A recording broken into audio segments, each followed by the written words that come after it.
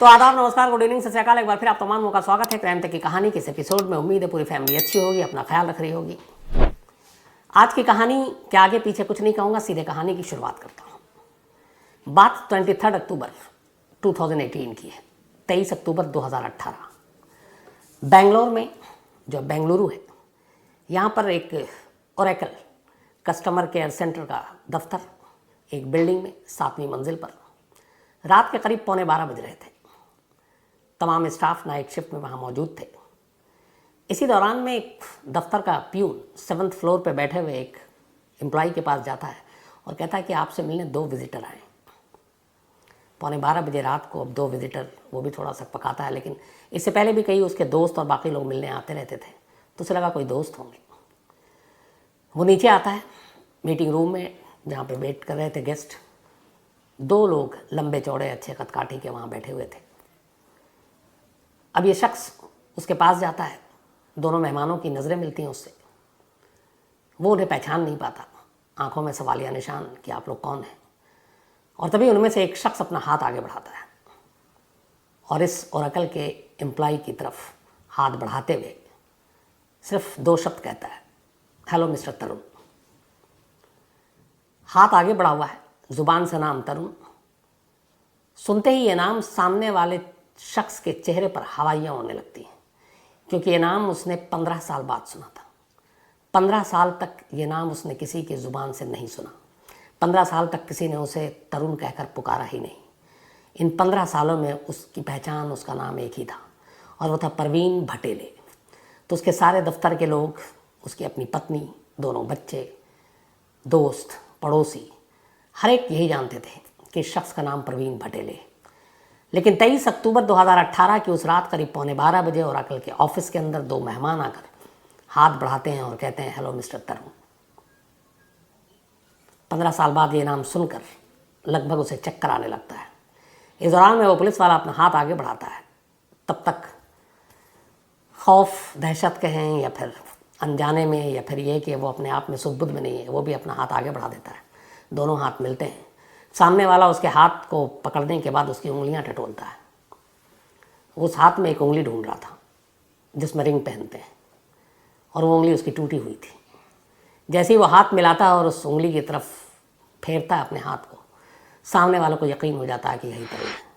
इसके बाद फिर वो अगली लाइन कहता है, चलिए तरुण साहब, खेल खत्म, वापस अहमदाबाद चलते हैं। और उसके बाद वो दोनों शख्स उसे लेकर बिल्डिंग के नीचे उतरते हैं। नीचे बेंगलुरु पुलिस की एक पुलिस की गाड़ी थी, उसमें ये लोग उसमें सवार होते हैं, और फिर वहाँ से अगले रोज़ यानी 24 अक्टूबर 2018 को तरुण को लेकर ये लोग अहमदाबाद पहुँचते हैं। इससे पहले जब रात में वो बिल्डिंग से लेकर नीचे उतरते हैं, तब उनमें से एक शख्स अहमदाबाद में बैठे अपने सीनियर अफसर डीसीपी को एक व्हाट्सअप मैसेज करता है, और साथ में एक फ़ोटो, और मैसेज में सिर्फ इतना ही लिखा था, गॉट इट। अब सवाल ये था कि एक कॉल सेंटर के दफ्तर में काम करने वाले शख्स को रात 11:15 बजे 2 लोगों ने उठाया, साथ ले गए, नाम पुकारा, इन सब में कहानियाँ क्या थी। तो वो दोनों शख्स पुलिस वाले थे, अहमदाबाद क्राइम ब्रांच से बेंगलोर आए थे और इसी शख्स की तलाश में आए थे। अब इसे लेकर ये अहमदाबाद पहुंच गए। ये कहानी का पहला पार्ट है। अब 2018 से 15 साल पहले चलते हैं पीछे। 2003 वैलेंटाइन डे, 14 फरवरी 2003, 14 Feb 2003। अहमदाबाद में एक हस्बैंड वाइफ रहा करते थे। उनमें से एक का नाम था तरुण धिनराज और उनकी पत्नी का नाम था सजनी। तरुण और सजनी की शादी सिर्फ 3 महीने पहले हुई थी, दिसंबर 2002 में, और अब तारीख थी 14 फरवरी 2003। सजनी अहमदाबाद के एक बैंक में एग्जीक्यूटिव अफसर थी और तरुण धिनराज अहमदाबाद के एक स्कूल में पीटी का टीचर था और वॉलीबॉल का कोच भी। दोनों की शादी घर वालों की मर्ज़ी से हुई थी, अरेंज मैरिज थी। ये दोनों केरला के बेसिकली रहने वाले थे, केरलाइट थे। लेकिन फिर सजनी का परिवार अहमदाबाद आ गया नौकरी की तलाश में। तरुण का परिवार भी पहले केरल में था, फिर मध्य प्रदेश में रहा। उसके फादर मध्य प्रदेश में पीटी के टीचर थे। एक भाई की नौकरी अहमदाबाद में लगी, फिर तरुण भी अहमदाबाद आ गया और यहीं पर एक स्कूल में वो भी वॉलीबॉल का कोच बन गया। इसके बाद केरल के कुछ लोगों के ज़रिए इन दोनों का रिश्ता तय होता है और शादी होती है।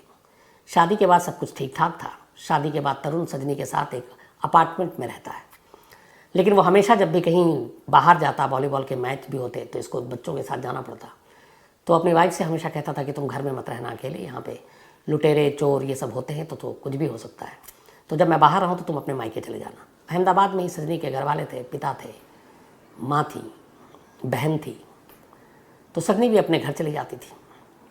आखिरी बार वो अपने घर उसी फरवरी 5 तारीख को गई थी और फिर लौट आई थी। लेकिन जब वो 5 को गई तो चलते वक्त उसने अपने पिता से कहा कि मुझे गाड़ी में पेट्रोल भराना, आपके पास पैसे हैं? तो पिता को बड़ा अजीब लगा कि पेट्रोल के इसके पास पैसे नहीं है। फिर उन्होंने पूछा कि तुझे दामाद जी ठीक से रखते हैं? तो वो खामोश हुई, उसने बोला हाँ ऐसी कोई बात नहीं है। उसके बाद चली गई, आखिरी मुलाकात थी वैलेंटाइन डे 14 फेब 2003 की रात, बल्कि शाम करीब 7:30 बजे सजनी की अपनी बड़ी बहन से बात होती है। बिल्कुल नॉर्मल कूल बात, सब कुछ पूछा ठीक ठाक।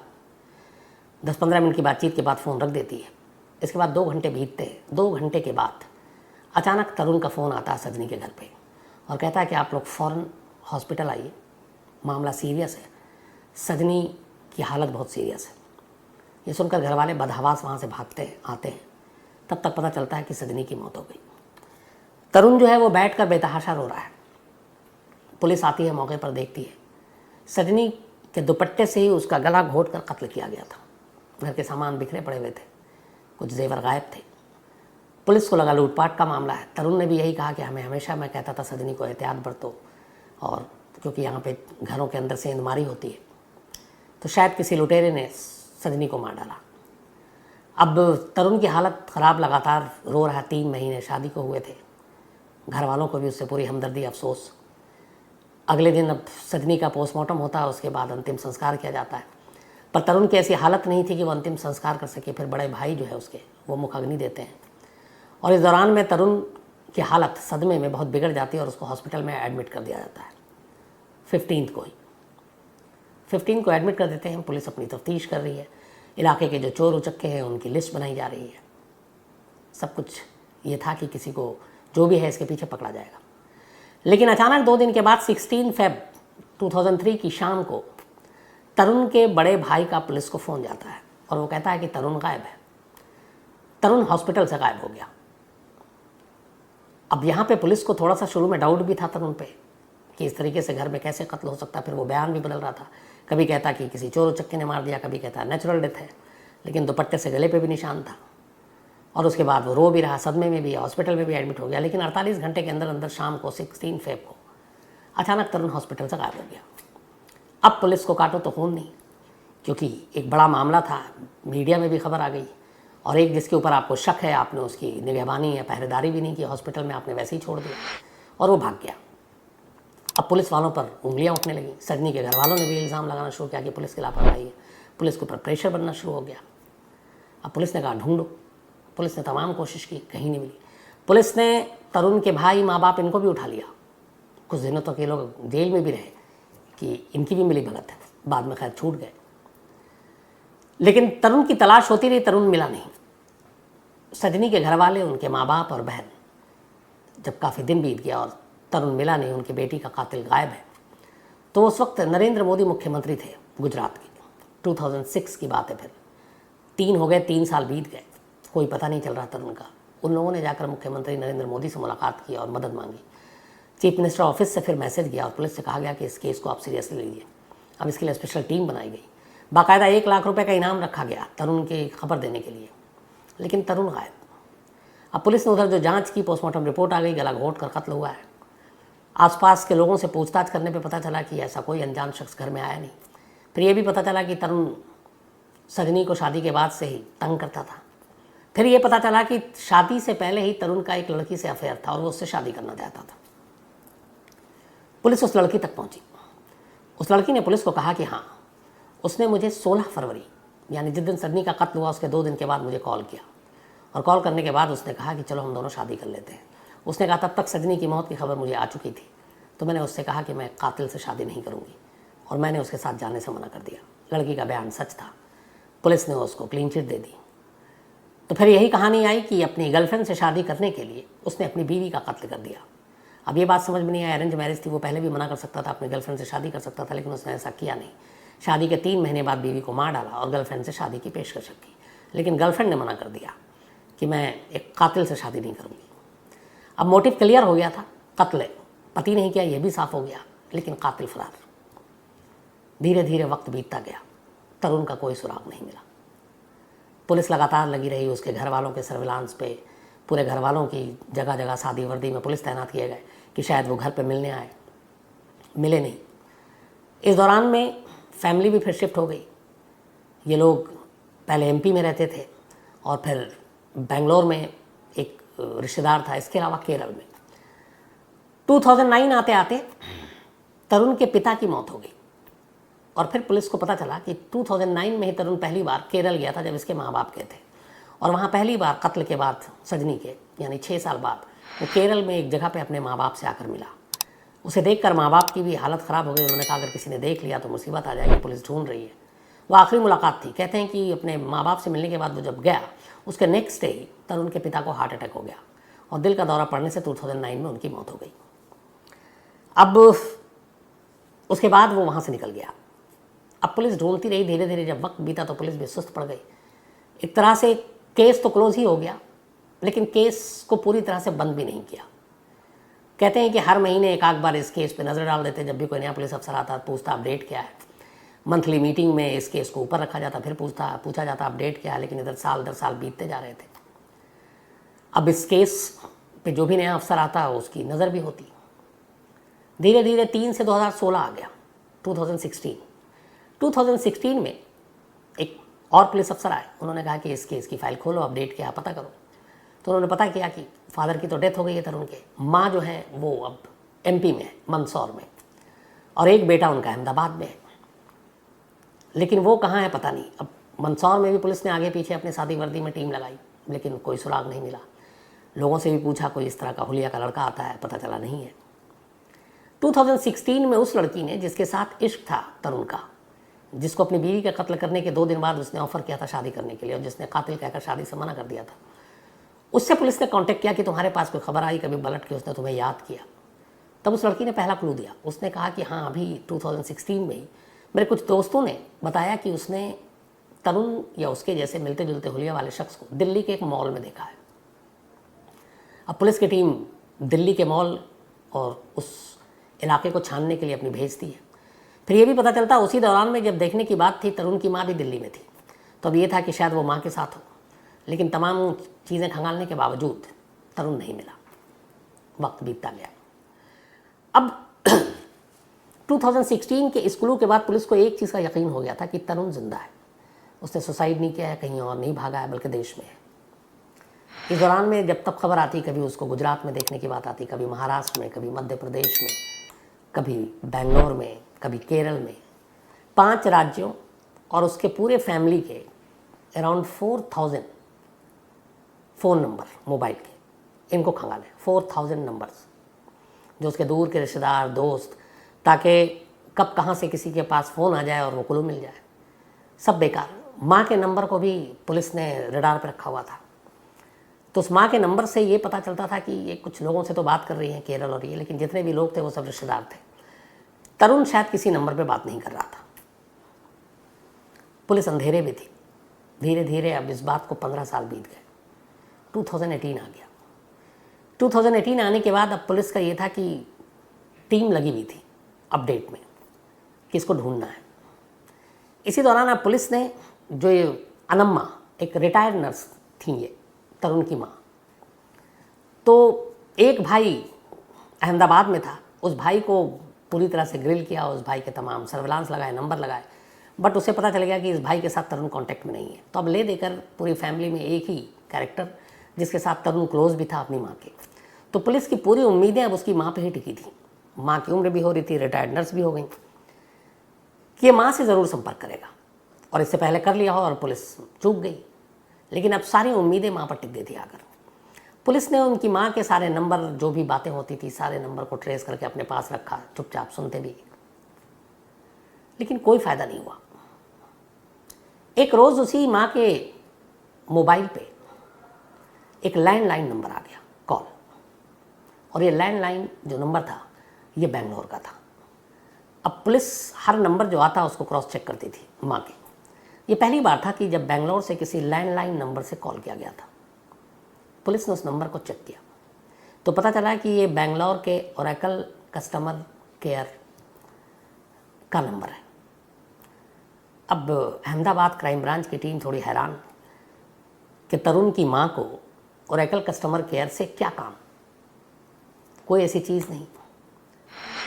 तो सारी निगरानी करने के बाद, सारी छानबीन करने के बाद पुलिस ने कहा कि इस नंबर को टटोला जाए।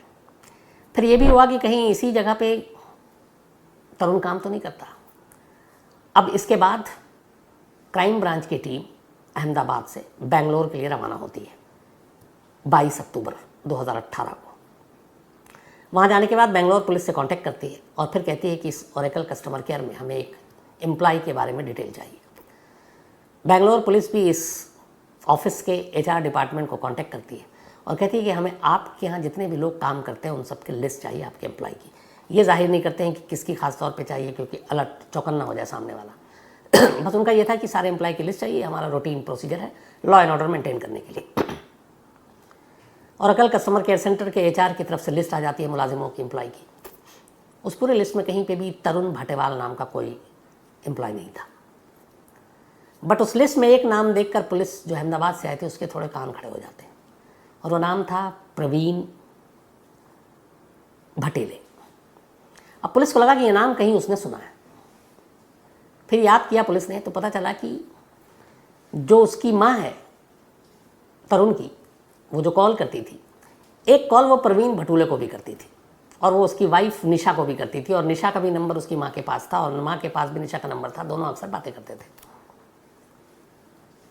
तो पुलिस ने अब प्रवीण भटेले और निशा इनकी कुंडली खंगालनी शुरू की तो पता चला कि ये लोग सोशल मीडिया पे कभी हैं ही नहीं, ना कभी इन्होंने अपनी तस्वीर डाली है।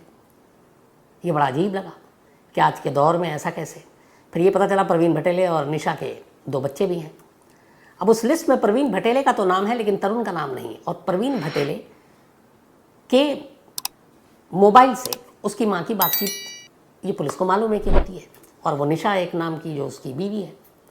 तब पुलिस को लगा कि कहीं प्रवीण भटेले ही तो तरुण नहीं है, क्योंकि कनेक्शन एक है कि वो तरुण की माँ से क्यों बात कर रहा है। तो पुलिस ने ज़ीरो इन किया प्रवीण भटेले पर।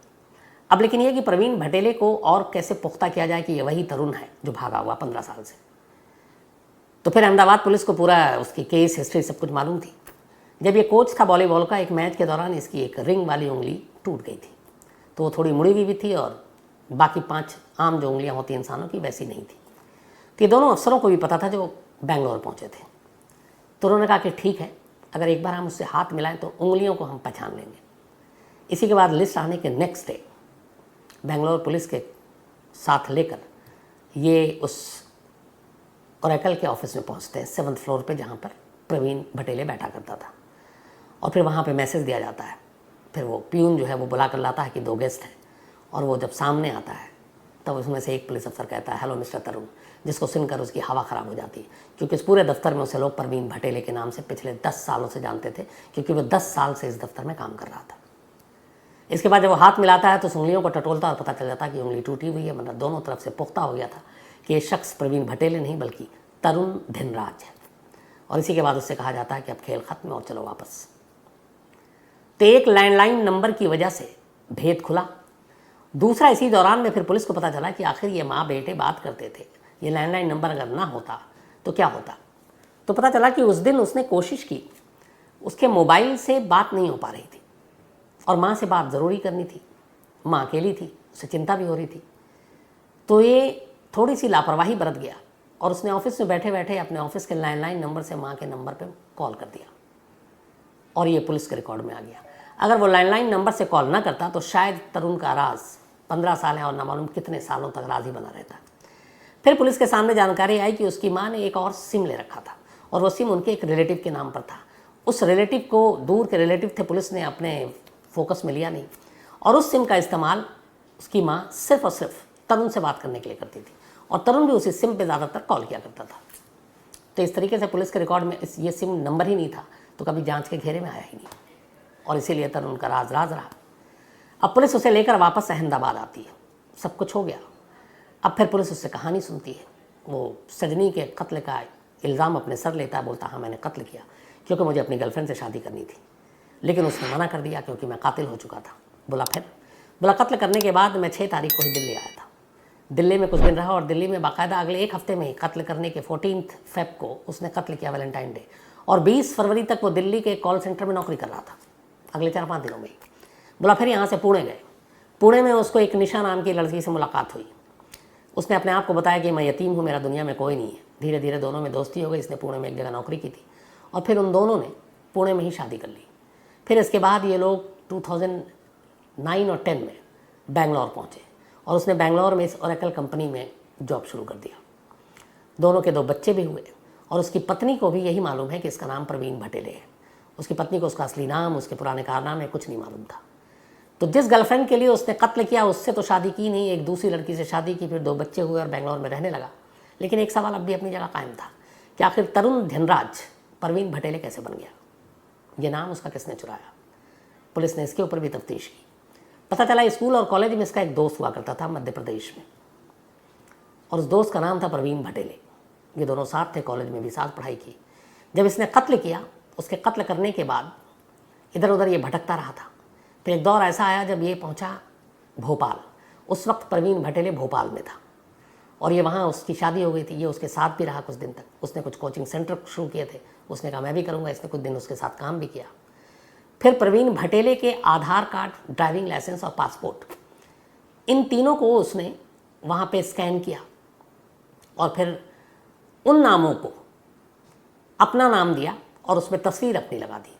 तो आधार कार्ड भी प्रवीण भटेले के लिए, तस्वीर अपनी, ड्राइविंग लाइसेंस भी, पासपोर्ट भी, और लेकर चला गया। और इधर प्रवीण भटेले को पता नहीं। प्रवीण भटेले भी एक स्पोर्ट्स का कोच, अभी हरियाणा में शायद काम कर रहे हैं। इतना ही नहीं, इस ओरेकल में नौकरी के दौरान इस फर्जी नाम जो किसी और का चुराया हुआ, फर्जी पासपोर्ट जो किसी और का चुराया हुआ जिसमें उसकी तस्वीर लगी है, 3 बार वो यूएस भी हुआ है, अमेरिका। लेकिन एक गलती 15 साल के उसके इस राज को खोल गया।